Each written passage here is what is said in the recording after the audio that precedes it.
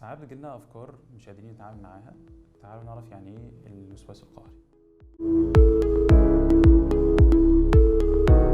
الوسواس القهري ده حاجة زي ما يكون في فكرة أو في صورة، الفكرة دي بتبقى قوية وملحة عليا، بفضل أزقها ترجع لي تاني. الفكرة دي بتبقى في صورة حاجات زي النظافة الشخصية، حاجات الدينية زي الوضوء، في مثلا علاقتي بربنا سبحانه وتعالى، حاجات كمان زي إن أنا الترتيب، إن أنا أقعد أفحص الحاجة كل شوية، العد، الحسابات، الحاجات دي بتبقى الأفكار دي والصور دي بتبقى ملحة شوية.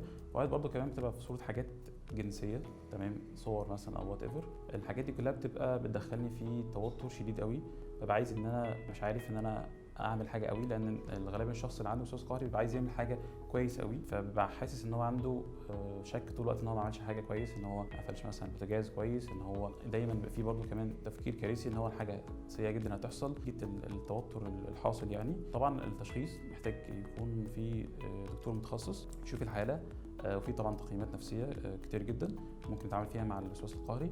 في جزئين طبعا في العلاج. العلاج طبعا الاولاني العلاج خاص بالعلاج المعرفي السلوكي، بنتعامل فيه شويه، نبدا نغير في الافكار الموجوده دي وازاي نقدر نتعامل معاها او نوقفها. والعلاج الجدلي السلوكي خاص بتنظيم المشاعر. كمان العلاج الخاص بالتقبل والالتزام، ان انا ازاي ممكن اقبل ان انا عندي مشكله. لو حاسس ان انت عندك افكار قويه وملحه عليك قوي ومش عارف تتعامل معاها، فيا ريت تنورنا، ان شاء الله نقدر مع بعض ان احنا نتعامل مع الافكار دي وندخل في رحله كده ذاتيه جوه نفسنا، نفهمها اكتر ونعرف ازاي ممكن نتعامل معاها وازاي ان احنا ممكن نتقبل المشاكل اللي فيها.